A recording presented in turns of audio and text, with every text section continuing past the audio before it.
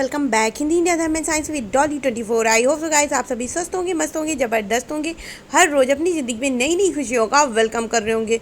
दोस्तों कल है पाप मोचनी एकादशी और इस बार की एकादशी अपने आप में ही बहुत ही ज़्यादा विशेष फलदायी है, क्योंकि ये ग्रहण के बाद पड़ रही और दूसरा ग्रहण आने वाला है। और इसके साथ में अगर हम पाप मोचनी एकादशी की बात करें तो आपको इसमें चावल को पूर्ण रूप से वर्जित करना होता है। चावल का खाना बिल्कुल भी सही नहीं होता है और यदि आप खाने की जगह उसका दान देते हैं तो वो आपके लिए काफ़ी फ़ायदेमंद होता है। और पाप मोचनी एकादशी उन लोगों के लिए ज़्यादा अच्छी होती है जो कि जाने अनजाने में किसी गलती के भागीदार बन जाते हैं, उनसे पाप हो जाता है। तो ऐसे लोग पाप मोचनी एकादशी में भगवान श्री हरि विष्णु की पूजा आराधना करके अपने समस्त पापों का नाश कर सकते हैं। इसके अलावा और हम क्या क्या कर सकते हैं इसी पर थोड़ी सी चर्चा करेंगे गाइज। लेकिन उससे पहले यदि आपने मेरा चैनल अभी तक सब्सक्राइब नहीं किया है तो प्लीज़ सब्सक्राइब माई चैनल।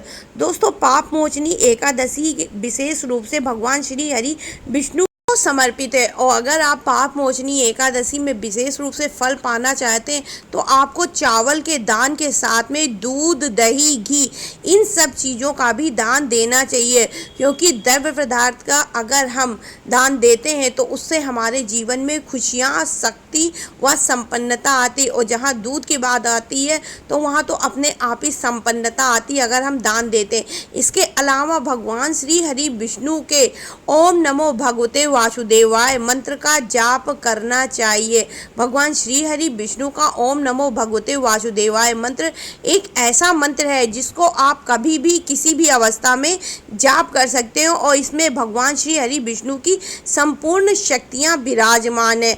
और अगर हम इस मंत्र की विशेषता बोलें तो आपको ये अनूठा फलदायी, अगर आप इसकी फल को जानना चाहते हैं सच में तो 24 आवर्स सिर्फ आप इसको करके देखिए। हम कहते हैं आपके जीवन में हर चीज़ की पूर्णता हो जाएगी। और भगवान श्री हरि विष्णु के साथ में माता लक्ष्मी की भी पूजा उपासना की जाती है। और आप इस दिन चाहें तो पशु पक्षियों को दाना भी दे सकते हैं।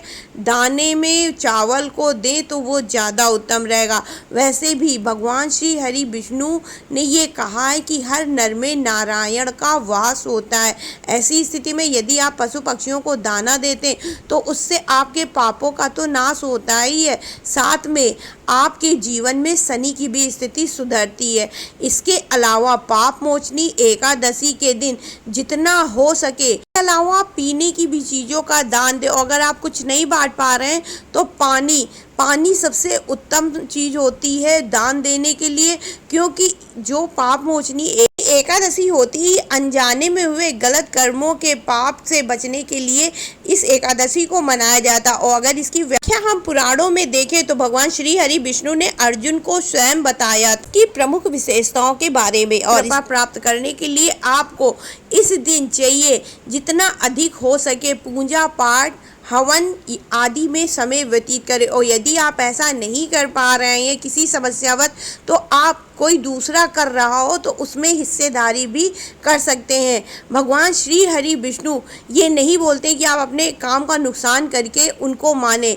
आप किसी भी तरह उनके अगर किसी भी कार्य में थोड़ा सा भी अपना योगदान दे लेते हैं तो भगवान आपके क्रियाकलापों से प्रसन्न हो जाते हैं। और पाप मोचनी एकादशी के दिन जितना हो सके अपने आप को सात्विक रखिए।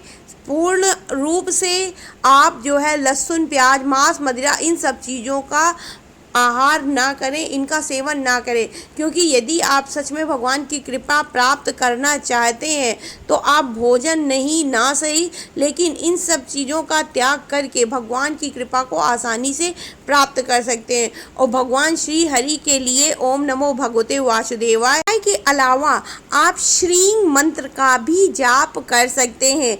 श्रीं में श्री भगवान श्री हरि विष्णु है और जहाँ से इंग स्टार्ट होता है वहाँ पर माता लक्ष्मी के स्वरूप की व्याख्या शुरू होती है। तो आप अगर ज़्यादा लंबा मंत्र जाप नहीं कर पा रहे तो श्रींग मंत्र का जाप ज़रूर से ज़रूर करें, इससे आपको बहुत ज़्यादा फल प्राप्त होंगे।